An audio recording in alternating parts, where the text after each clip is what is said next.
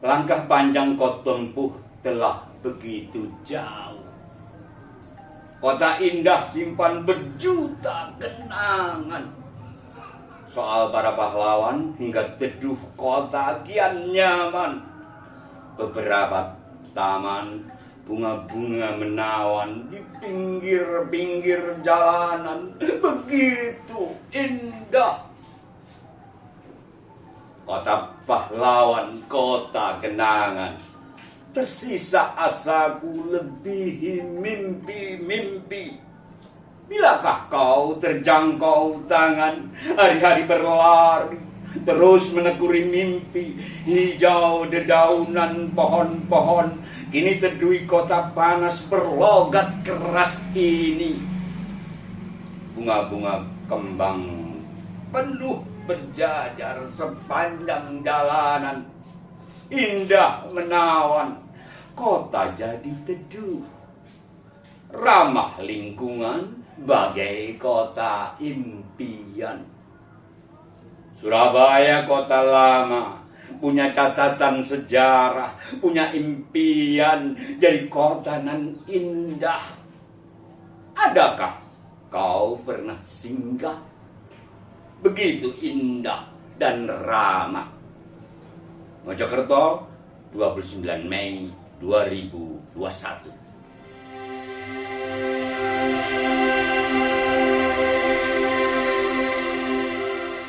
Balada terbunuhnya Atmokarpo.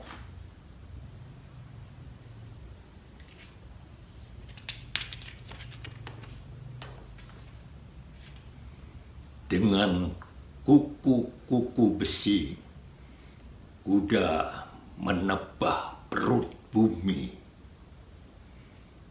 Bulan berkhianat, gosok-gosokkan tubuhnya di pucuk-pucuk parah, mengepit kuat-kuat lutut penunggang perampok yang diburu.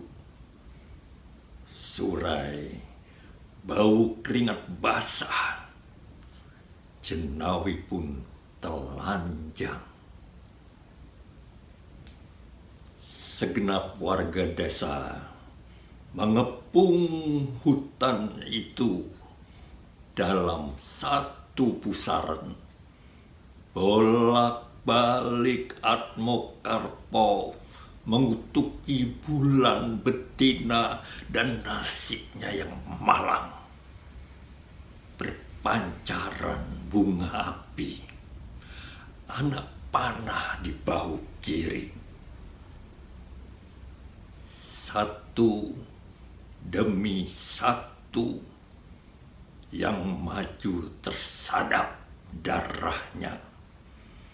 Penunggang baja dan kuda mengangkat kaki muka. Nyawamu barang pasar, hai orang-orang bebal. Tombakmu pucuk daun dan matiku jauh orang papa. Majulah Joko Pandan, di mana ia? Majulah ia, karena padanya seorang kukandung dosa. Anak panah 4 arah dan musuh 3 silang. Atmokarpo masih tegak. Luka 7 liang. Joko Pandan, di mana ia? Hanya padanya seorang kukandung dosa. Bedah perutnya, tapi masih setan ia, menggertak kuda di tiap ayun menungging kepala. Joko Pandan, di mana ia? Hanya padanya seorang kukandung dosa. berberita rintik kuda, muncullah Joko Pandan. Segala menyibak bagi derapnya kuda hitam. Ridho dada bagi derunya dendam yang tiba. Pada langkah pertama, keduanya sama baja. Pada langkah ketiga, rubuhlah Atmokarpo. Panas luka-luka, terbuka daging kelopak-kelopak Angsoka. Malam bagai kedok popeng oleh luka. Pesta bulan, sorak-sorai, anggur darah. Joko Pandan menegak, menjilat darah di pedang.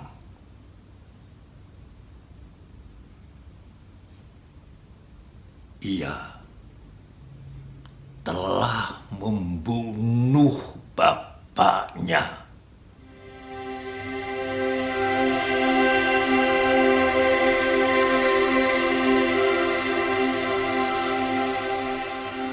Dilarang masuk. Aku sampai juga di kota dalam kota, kota cahaya. Gerbang tunggalnya kokoh bagai benteng, tertutup rapat. Di depan papan peringatan, aku dihardik tulisan merah mencolok. Dilarang masuk gelandangan, pengemis, pemulung, pengamen, banci, abang kredit, tukang sales, tukang minta sumbangan, tukang bank dedel, tukang dalam burung belum dinamai, dan lain-lain sejenis kelompok di atas. Sepanjang ingatanku, dua larangan terkenal dari dua zaman penjajah abad silap, Prancis tahun 1849-1946, ketika mereka membangun semacam hunian eksklusif konsesi Prancis di Shanghai. Di pintu gerbangnya penjaga bersenjata, palangnya pakai tulisan dilarang masuk Cina dan anjing. Belanda, Surabaya tahun 1861, di gedung Simpang Society yang mewah, mahal gemerlapan, ini Balai Pemuda, juga berpalang dilarang masuk inlander dan anjing. Akulah inlander dan anjing yang dihadang larangan masuk koloni elit yang jadi pulau di tengah kemiskinan dan kekumuhan, sebuah insulinde. Bagi pulau terpencil di samudra kemelaratan dan karut marut, gembel gombal dan sampah serapah, bau keringat apak dan ambis kucing dibakar untuk sarapan. Bumbunya banyak lombok, pedas sekali untuk menyamarkan rasa nasi basi. Kalau tiren, ayam mati kemarin-kemarin dijual di kedai pasar agar segar. Ini sisi rem-rem, nasi basi kemarin-kemarin. Tapi kulahap, lalap dengan gairah nafsu kepedasan setengah mutiar. Kepedasan di mulut melepaskan endorfin di otak dan menimbulkan efek lega bahagia, dan tubuh yang terasa sakit tersembuhkan oleh vitamin A dan C. Obat herbal bagi kaum konglo melarat, rematik, kaku-kaku di tangan dan kaki, cukup dengan olesan bambu. 10 cabai ditambah kapur injet, ditambah air jeruk, diulek, dibobokkan bak tangan dan kaki.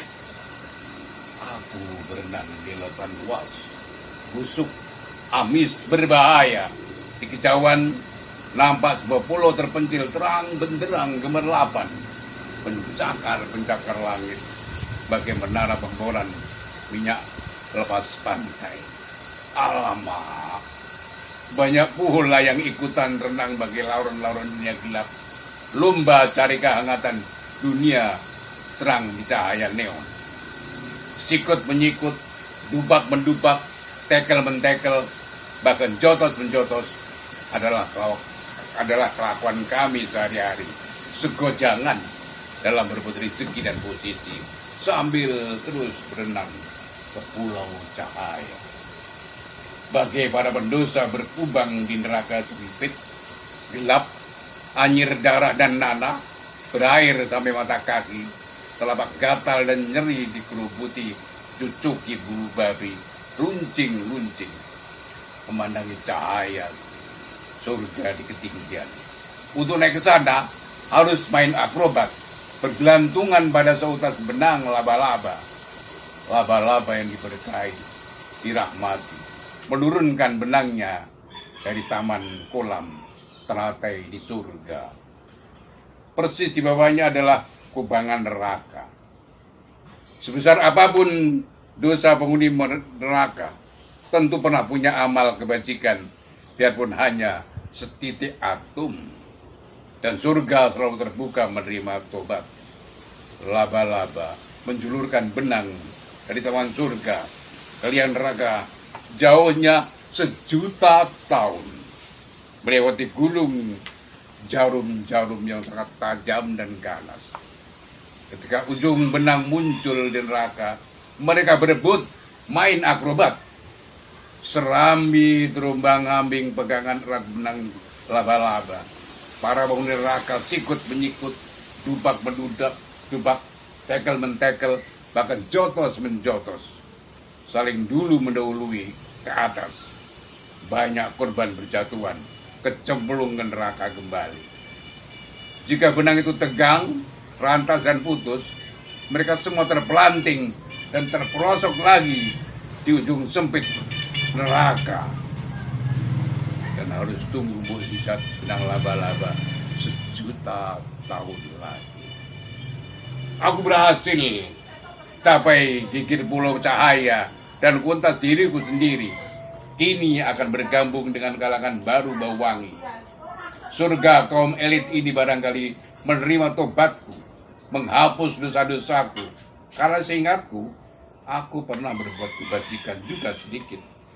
Aku sedang berlarian seperti perampok dan penjara lainnya, berhasil menggodol barang-barang rampasan dan meraup makanan jarak dari toko kebakaran, ketika seluruh kota dalam kobaran api malapetaka perang saudara. Dengan perut keroncongan, sudah 2 hari suntuk tanpa isi, terbirit-birit ketakutan, juga tembakan dan teriakan. Aku lari kencang, tanpa arah tujuan, tersesat, masuk hutan, entah apa, entah mana. Aku lega bahwa makanan berjibun jadi buronan, maka sekalian ngalas di kedalaman belantara. Depan mulut gua, aku berhenti mendadak. Kakiku tanpa mata, cuma mata kaki. Tak kubiarkan menginjak, kubiarkan barisan berserdadu semut, berbaris, nyanyi mars, ada gula, ada semut, melintasi pintu gua. Kebajikanku sebesar semut, sebutir gula pasir. Barangkali surga kirim salam dengan benang laba-laba. Ternyata surga kaum elit dan pelit, kampul-kampul di lautan kemelaratan ini, menutup gerbangnya rapat-rapat, dinding buta tanpa telinga, tanpa bel, hanya teks pasal karet. Surga bikinan ini sudah bukan di bumi, tapi di planet lain, asing, lian, alien, jauh di luar jangkauan. Aku tak menerima tobat siapapun, tak menghitung amal kebaikan apapun. Ia berlayar sendiri, kampul-kampul, hidup dalam hukuman berlibatnya sendiri. Yang bukan golongan kami, tidak, ambil bagian. Aku berdiri di sini sampai berapa abad lagi? 1.000.000 tahun?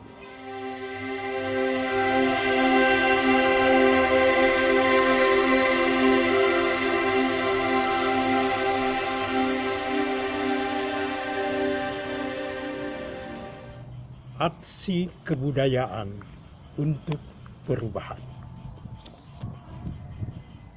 Surabaya, jangan ambiar. Ayo, mikir.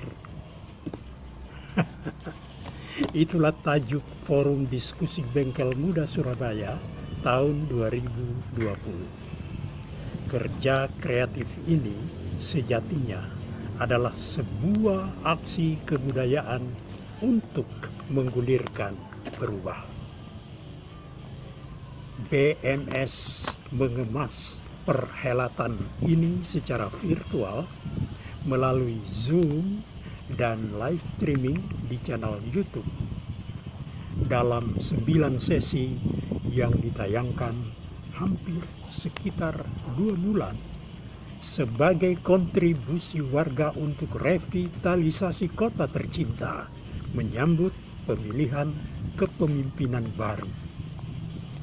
Para pakar yang terlibat dalam diskusi ini adalah budayawan, akademisi, mantan birokrat, politikus, penasehat tata kota, pelaku usaha, juga pemrakarsa Surabaya Kota Maritim, dan para sahabat muda. Ada yang sejarawan, ada yang praktisi pengelola museum, dan staf kebudayaan dari Konsulat Negara Sahabat. Berbilang gagasan berdasarkan pengalaman dan ilmu, serta refleksi budaya digaungkan yang bisa ditimpulkan dalam sederhana, dalam satu kalimat yang panjang. Bagaimana kota Surabaya dalam proses pembangunannya menghargai kearifan warga, memiliki kesadaran sejarah sebagai kota maritim di samping kota pahlawan, dan memiliki strategi politik kebudayaan sebagai sebuah kota yang multikultural. Nah, saya secara tulus mengapresiasi kerja Bengkel Muda Surabaya ini. Tabik, sobat-sobat, tabik. Terutama kepada tim kreatif Hari Rumemper, Heru Budiarto, Jill Kalaran, Hetty Palestina Yunani, Vanessa Helen Martinus, serta semua sobat yang terlibat dalam aksi budaya virtual yang menurutku sangat-sangat penting ini. Kita tidak paham bagaimana tanggapan dari para petinggi kota yang baru, juga para legislator. Boleh jadi dingin-dingin saja, mungkin juga ada yang sinis. Gak usah didengar. BMS itu kebanyakan ngomong doang. Tak apa sobat, kita tak perlu tawar hati. Sebagai sebuah gerakan kebudayaan, gagasan sudah kita lontarkan secara elegan. Nah, hanya saja tentu kita perlu mengingatkan para petinggi kota, kepemimpinan yang baru, bahwa pembangunan haruslah memanusiakan manusia, menghargai memori warga akan kota yang guyup, yang multikultural, yang terbuka, yang demokratis, yang menghormati partisipasi masyarakat warga. Tugas berikutnya dari Bengkel Muda Surabaya adalah apa yang perlu dilakukan untuk mewujudkan, mengejawantahkan pikiran-pikiran pokok, terutama ihwal strategi kebudayaan.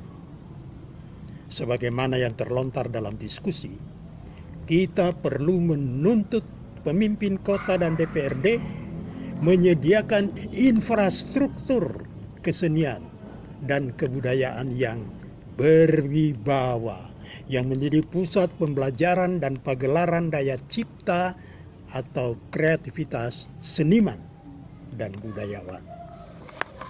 Sekarang perlu dipikirkan bagaimana mimpi kita ihwal menggelar daya cipta sebagai aksi kebudayaan yang pro perubahan dilanjutkan dari diskusi menjadi aksi, dari urun rembuk menjadi produksi.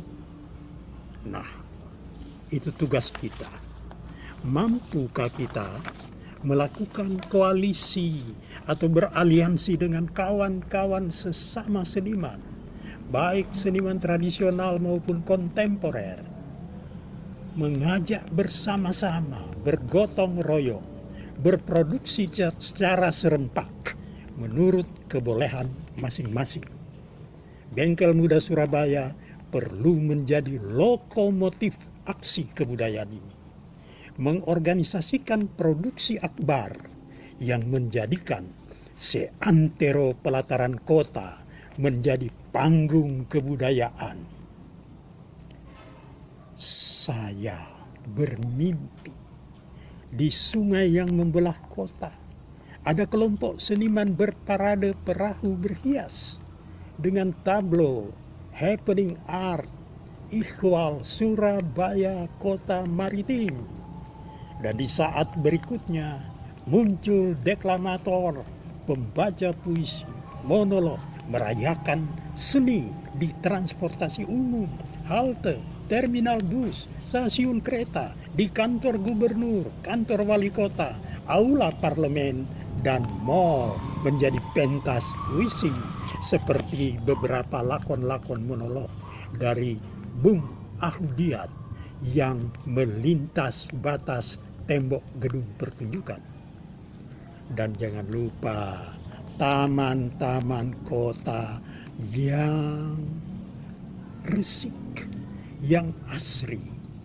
Di sini kelompok teater, ludruk, wayang, musik, seni rupa bisa pamer daya cipta, menunjukkan bahwa kreativitas tak pernah mati. Alhasil, sobat, ruang publik kota Surabaya kita sulap menjadi panggung akbar kebudayaan yang memuliakan partisipasi warga kota. Saya bermimpi melalui aksi kebudayaan sebuah perubahan yang menghargai keadilan, yang menghargai kemanusiaan dapat bergulir.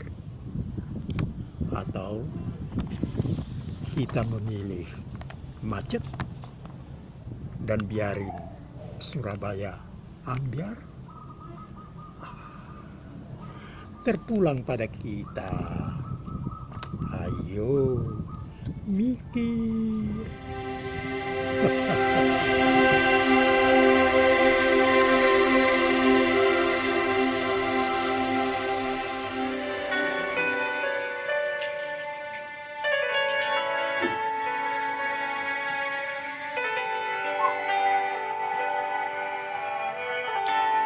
Aku, buah karya Khairil Anwar. Kalau sampai waktuku, ku mau tak seorang kan merayu, tidak juga engkau. Tak perlu seduh sedan itu. Aku ini binatang jalan dari kumpulannya terbuang. Biar peluru menembus kulitku, ku tetap meradang, menerjang luka dan bisa ku bawa berlari, berlari hingga hilang pedih perih. Dan aku akan lebih tidak peduli. Ku ingin hidup 1000 tahun lagi.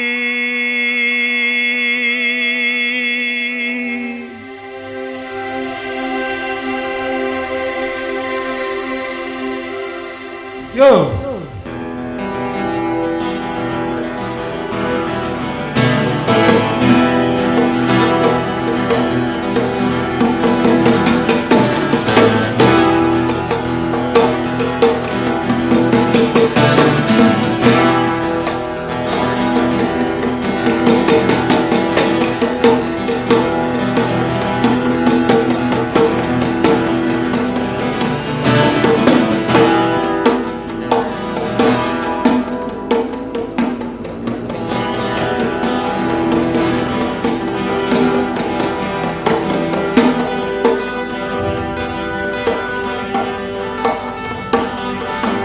Ketika daun hijau kau risau,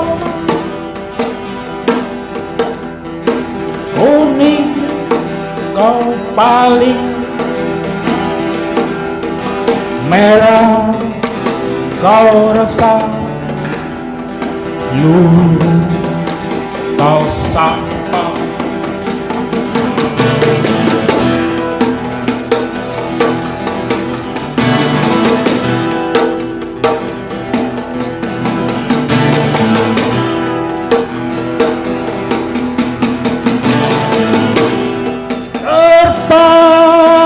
Bagai layang-layang, angin mempermainkan kenangan, terkulung di ruang kota jeruk. Dalam aroma purba,